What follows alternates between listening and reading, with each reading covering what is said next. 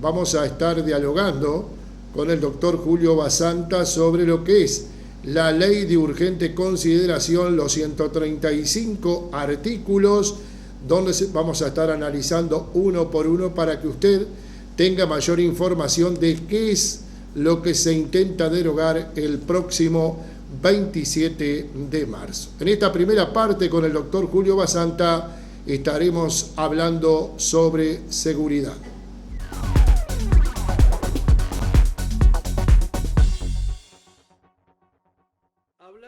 Hoy la idea de hablar de las que tienen que ver con seguridad. De todos los artículos que hablan sobre seguridad en la LUC, se cuestiona lo siguiente, y está bueno discutirlo, o por lo menos la gente sepa.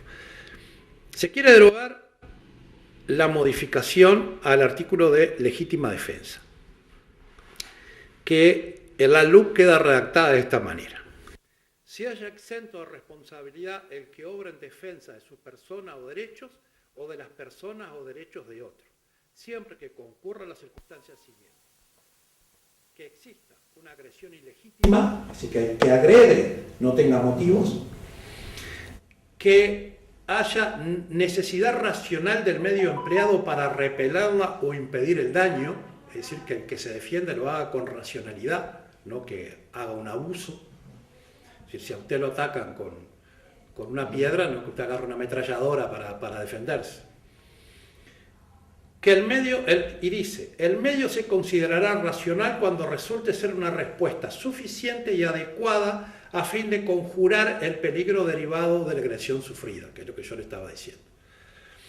Cuando la defensa debe ser ejercida respecto de cualquier derecho de contenido patrimonial, la racionalidad debe ser apreciada con prescindencia de que no haya existido o ya hubiera cesado una agresión física a la persona que se defiende.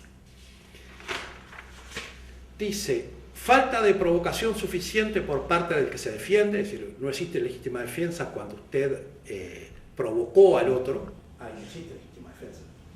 El tercer requisito es que no es necesario tratándose de la defensa de los parientes consanguíneos en toda la línea recta y en la colateral hasta el segundo grado inclusive, del cónyuge o concubino o de los padres o hijos adoptivos, siempre que el defensor no haya tomado parte en la provocación. Es decir, si usted defiende a un hermano, a un hijo, a su padre, a su mujer, aunque ellos lo hayan provocado, para usted existe legítima defensa si usted no participó en la provocación.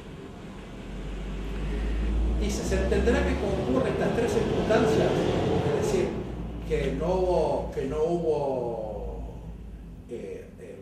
provocación, que el medio usado es racional y que hubo una agresión ilegítima. Es decir, se presume que esas tres cosas se dieron frente a aquel que defiende la entrada de una casa habitada o de sus dependencias o emplea violencia contra el individuo extraño a ella que es sorprendido dentro de la casa o de las dependencias.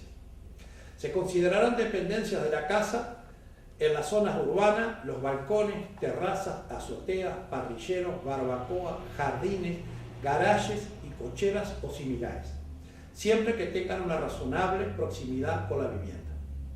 Además, se considerarán dependencias de la casa en zonas suburbanas o rurales los galpones, instalaciones o similares que forman parte del establecimiento, siempre que tengan una razonable proximidad con la vivienda.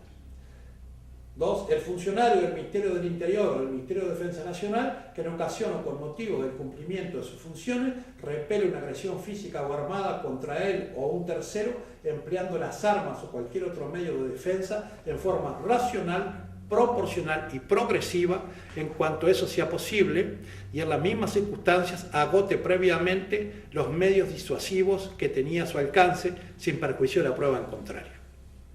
Aquel que repele el ingreso de personas extrañas con violencia o amenazas en las cosas o las personas o la generación de una situación de peligro para la vida o demás derechos en un establecimiento que desarrolla actividad comercial, industrial o agraria en los términos establecidos en los artículos 3 de la Ley 17.777 del 21 de mayo de 2004. Es decir, también se presume la legítima defensa en ese tipo de cosas. Es decir, la legítima defensa existía de hace 100 años. Lo que ha hecho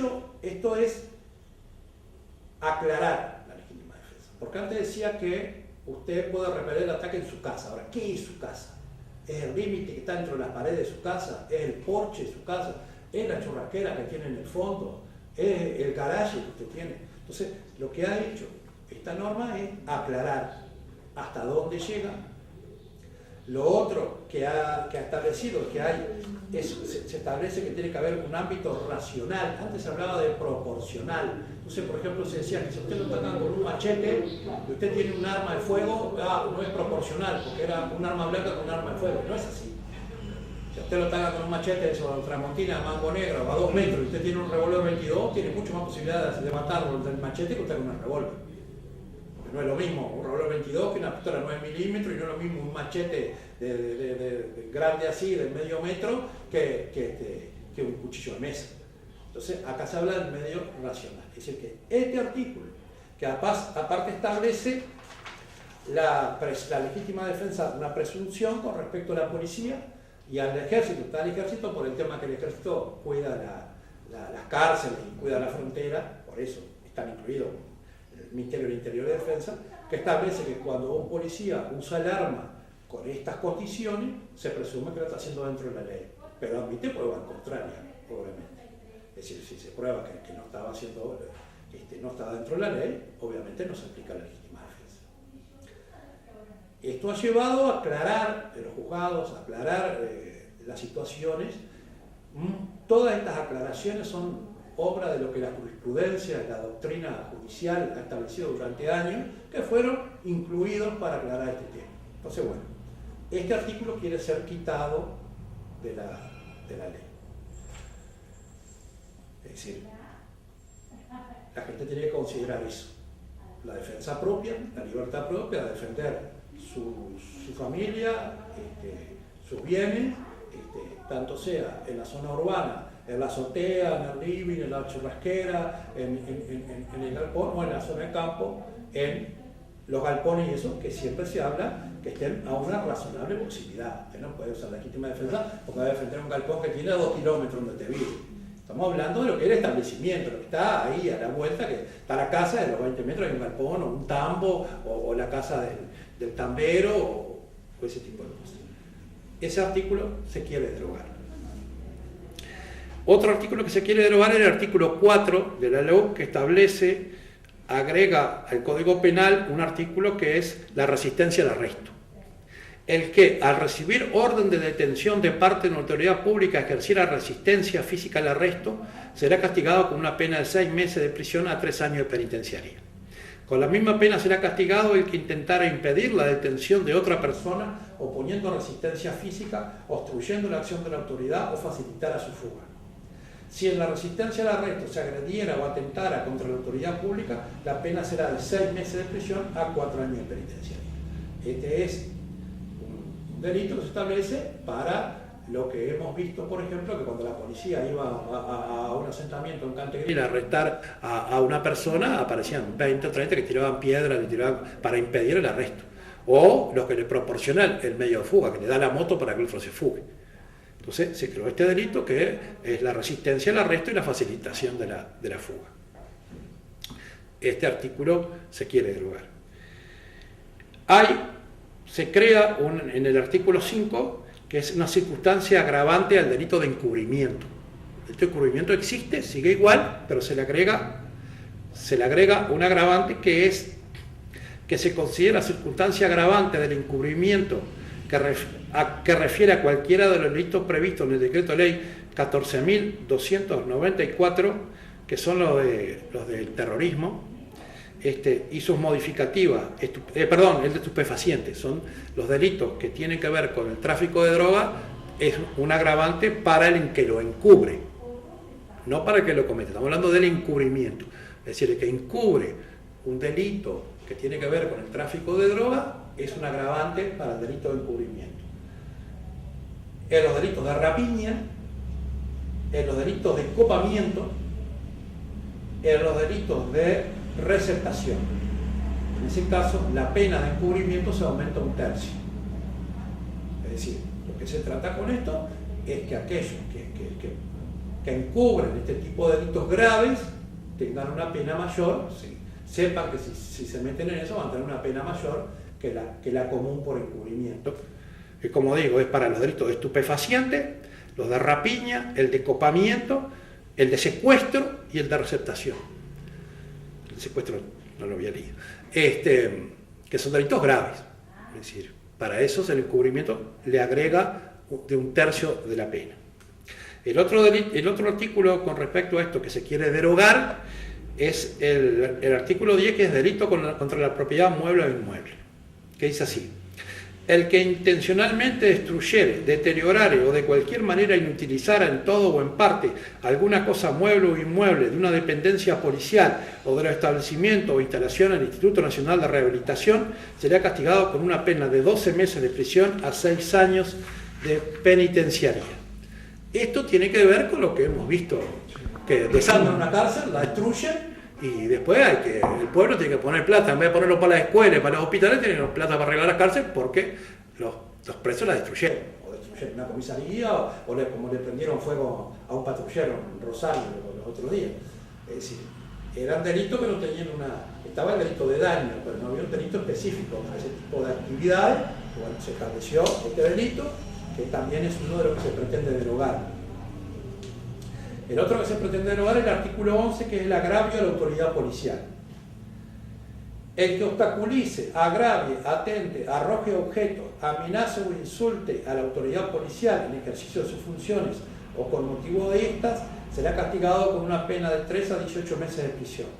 No serán castigados el ejercicio de la libertad de prensa ni la mera protesta ante la acción policial. Son circunstancias agravantes para este delito y amerita la extensión de un guarismo punitivo superior a la mitad de la pena.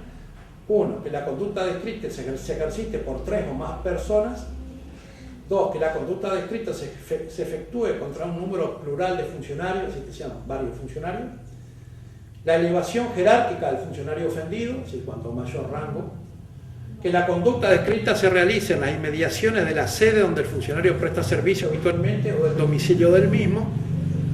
Y dice, es circunstancia atenuante la retractación del ofensor aceptada por el funcionario en cuestión, manifestada y aceptada en audiencia.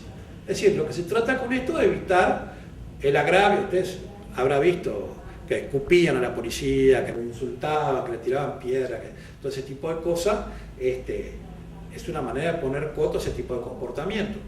Entonces se establece una serie incluso de agravantes, pero por otro lado se establece un atenuante cuando la persona pide disculpas, se disculpa por lo que hizo.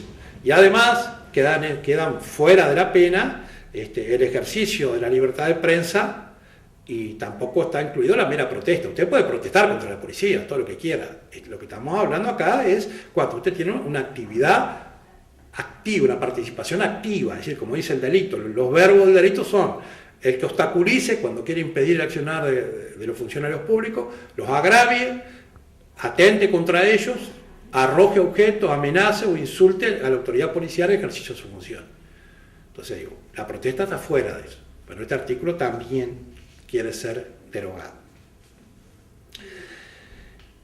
Hay otras disposiciones, por ejemplo, el artículo 12, que también quiere ser derogado, es un artículo que tiene que ver con el colaborador y los agentes encubiertos, que tienen que ver, que tienen exoneraciones en las penas, el que colabora y que puede participar en ese tipo de cosas, y modifica a la ley 19.574, que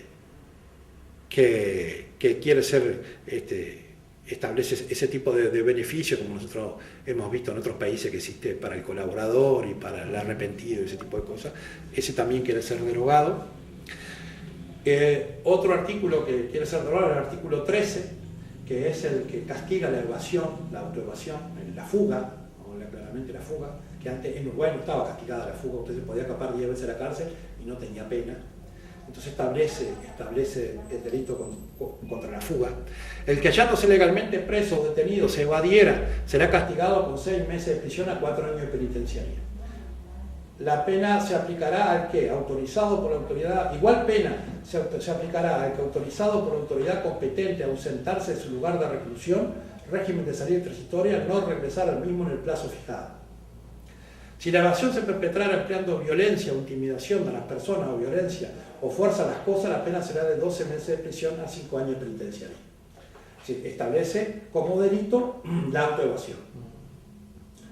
Antes de todo esto, si Moravito, que se fugó de la cárcel, lo hubieran agarrado, él hubiera vuelto a la cárcel y tenía un día más de condena, porque no había un delito. Ahora con esto, el que se escapa tiene, además de la pena que estaba cumpliendo, un nuevo delito que es la autoevasión. Este artículo, el artículo 13, también está entre los 135 que se quieren anular. Otro delito, otro artículo del artículo 14, que habla de la ocupación indebida de espacios públicos. Dice, el que fuera del ejercicio de derecho consagrado en el artículo 57 de la Constitución de la República, ocupar espacios públicos, acampando o pernoctando en ellos, será intimado por parte de la autoridad departamental, municipal o policial correspondiente a retirarse en forma inmediata y a que desista de su actitud. De permanecer o persistir, será castigado con una pena de 7 a 30 días de prestación de trabajo comunitario.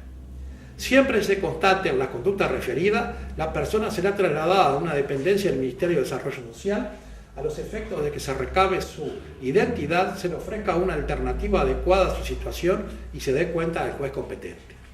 Después hay normas de la LUC que modifican normas del Código de Procedimiento del Proceso Penal, ¿no? Entonces, hay normas que tienen que ver con la participación de la policía.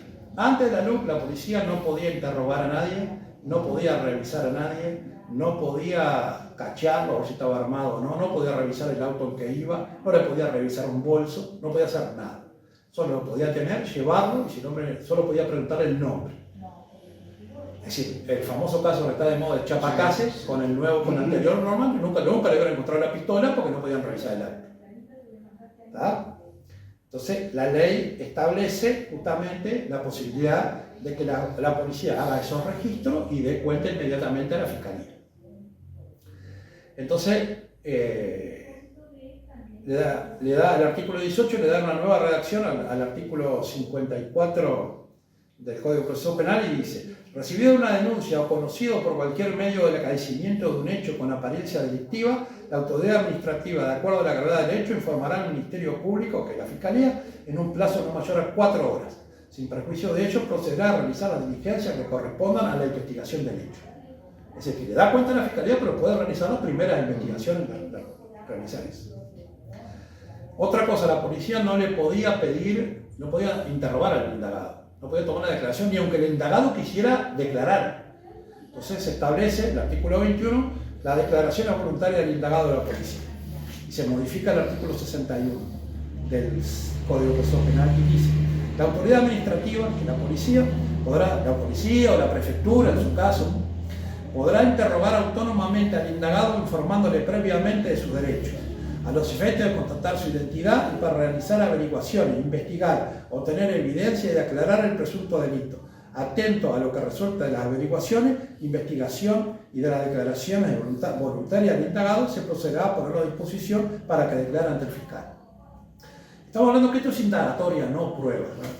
Es decir, la policía puede realizar una investigación porque de repente hay que resolver cosas rápidamente y después, si voluntariamente el indagado accede a declarar, le puede tomar declaración. Le tiene que informar de sus derechos. La famosa frase de que todo lo que usted diga puede ser usado en su contra. Se le tiene que informar de sus derechos, que puede llamar a un abogado, que puede estar asistido y que puede también no declarar. Pero no se impide como antes todo tipo de toma de declaración. Julio, para ir finalizando esta primera parte, seguramente vamos a tener muchos programas donde vamos a seguir tocando artículos que están relacionados con la luz. De acuerdo a todo este panorama que tú nos planteas, lo que se intenta derogar aquí, quizás quitarle poder, herramienta a la justicia, a la policía en este caso. Yo no voy a hacer, como dijimos, esto no es Peñarol Nacional, todo el mundo sabe a qué partido pertenezco, cuál es mi intención, cuál es mi adhesión, perdón. Yo no voy a calificar esto. La gente me tiene que calificar. La gente tiene que resolver si quiere esto o quiere volver a lo que teníamos antes. Si quiere tener una norma que regula la legítima defensa en su casa, cómo la puede ejercer, si puede defender su predio rural, si puede defender su churrasquera, su galpón, si le están robando la gallina del gallinero.